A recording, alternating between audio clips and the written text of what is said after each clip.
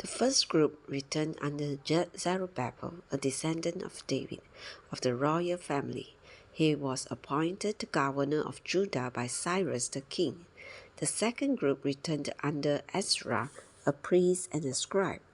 As we have pointed out, this return was made possible through the secret preserving care of the hiding God in their captivity. God let his people be captured and then scattered in their captivity. He also let the Holy Land be usurped and occupied, and he left the city of Jerusalem to lie waste. Seemingly, the omnipotent and omnipresent God was not doing anything for the people of Israel. Actually, he was protecting and preserving them in a hidden way. The situation is the same today regarding the Middle East. The decision concerning Israel does not rest with the politicians and statesmen, but with the hidden God. One day, the omnipresent and omnipotent God will appear as the Son of Man, who will come back to take possession of the earth. He will place his right foot on the sea and his left on the land, indicating that he has come to take possession of the earth and the sea. This one who is coming back to the earth is Jesus Christ, the God-man. When he comes, as the God-man, the overcomers will be with him.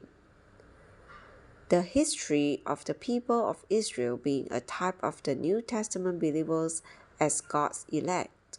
We need to remember that all the history of the people of Israel is a type typifying the New Testament believers as God's elect. Israel, therefore, is a type of the church. The church was established by the Lord as the head through his apostles in the first century.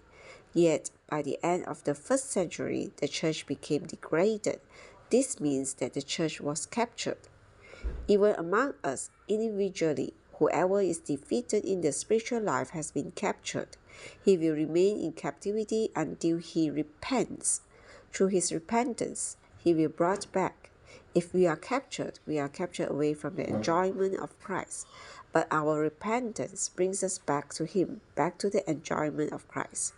Today we are in a situation that is typified by the situation of Ezra's time. Some of us have come back already, and others are still on the way. I'll need to be clear concerning three situations. We all need to be clear concerning three situations: the world situation, the situation of Christianity, and our situation in the Lord's recovery. The worldly empires are the usurpers, and the Christianity is our opposer. We in the Lord's recovery should not consider ourselves as nothing. We know the world situation, we know the situation of Christianity, and we know the hidden God. I have the full peace that we are in the hand of the omnipresent and omnipotent yet hiding God, who is exercising his wise sovereignty to protect us, keep us, and save us. We do not need to worry about who will oppose us or who will persecute us. We have to believe in this hiding God. He is wise and he is sovereign. He can do everything under his wise sovereignty.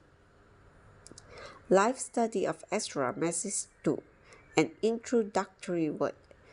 In this message, we will give an introductory word to our life study of Ezra. Ezra, Nehemiah, and Esther being the last three books of the history of God's chosen people in the Old Testament. Ezra, Nehemiah, and Esther are the last three books of the history of God's chosen people in the Old Testament after 1st and 2nd Chronicles.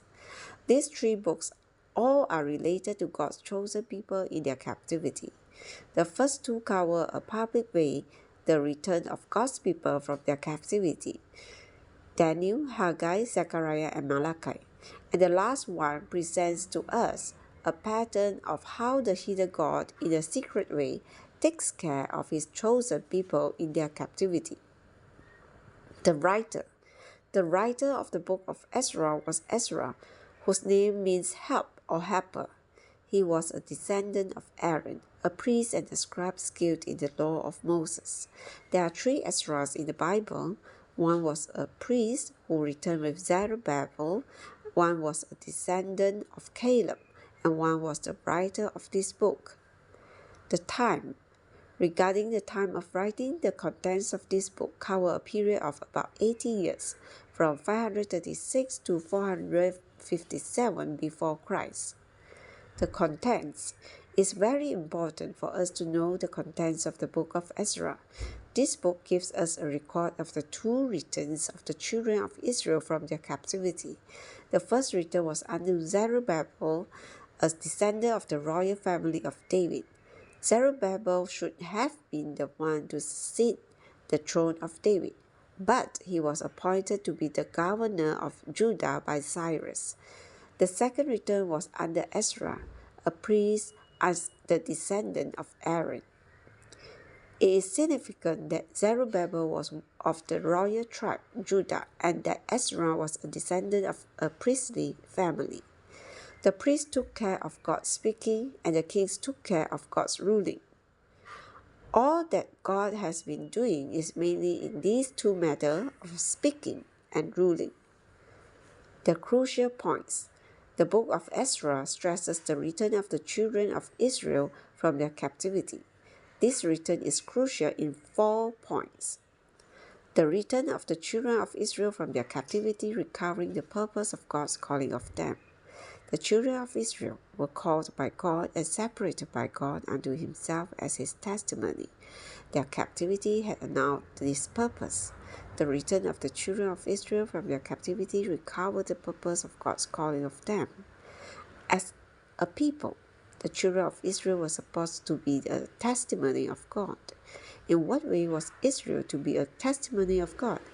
If we would answer this question, we need to see that the law given through Moses was called the testimony because it is a portrait of God. As the giver of the law, God is portrayed in the law according to what he is. In particular, the 10 Commandments are God's testimony. The ark was called the Ark of the Testimony, and the tabernacle was called the Tabernacle of Testimony.